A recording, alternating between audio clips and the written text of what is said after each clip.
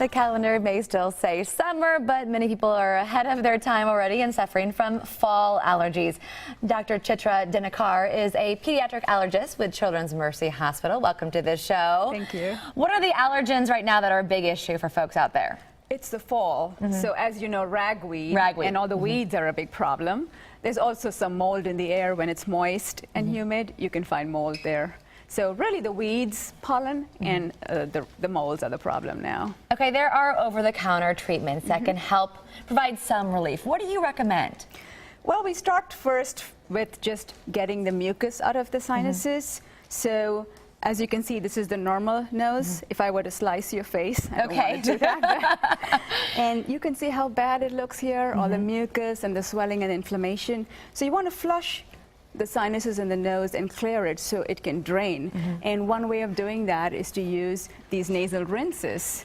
Either the neti pot or the syringe this way, the squeeze bulb, and they work to help clear or flush the sinuses. Let's talk about this neti pot really quick. A lot of people are intimidated by that. Yes. You say it really works. It really works. But it's kind of uncomfortable. It is. It's kind of yucky. And I tell the kids it's yucky, but just try it a few times and it'll work. After a while, you'll be like, thank you, Dr. Dinakar, for prescribing this. You're like, this is the best thing ever. Now, at what age do you start using this?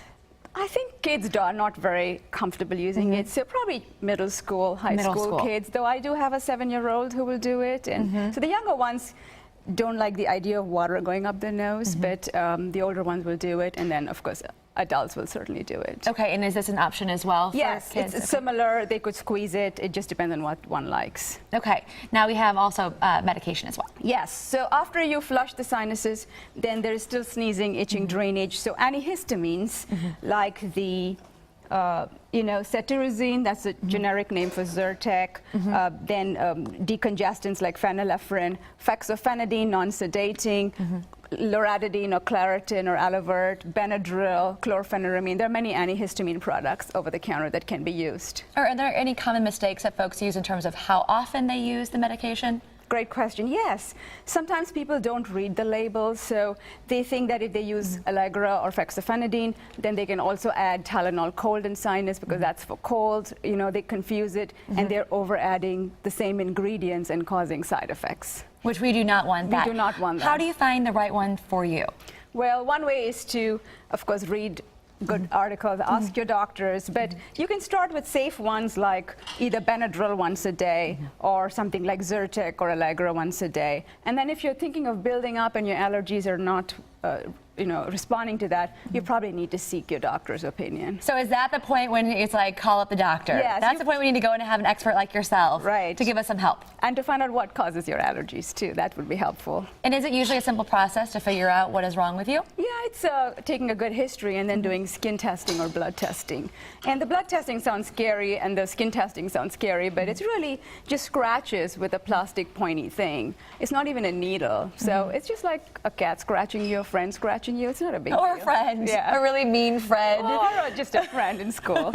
Now, kids are going back to school now. Is there any other precautions they should take in terms of being in school? Yes, they do have allergies, and if they're all stuffed up and haven't slept well, then they may not do well in tests, so you need to take the non-sedating ones. Be careful. If you have asthma, that's another problem. So asthma can be your bronchial tubes can be smooth like this, or it can be inflamed. And allergies typically cause the inflammation in your bronchial tubes. The same mucus I showed you here is happening here. In that case, you do need to have an asthma action plan with the green, yellow, and red zone, and you may need a plan for school too, for the teacher to know what to do. You need to inform your teachers and anyone that's around your kids to make sure they know, babysitters or whoever, in case something does happen and you have an asthma attack. Because it's that time of year. Thank you so much for stopping by. Great information as always. You're welcome. Let's head over to Michael.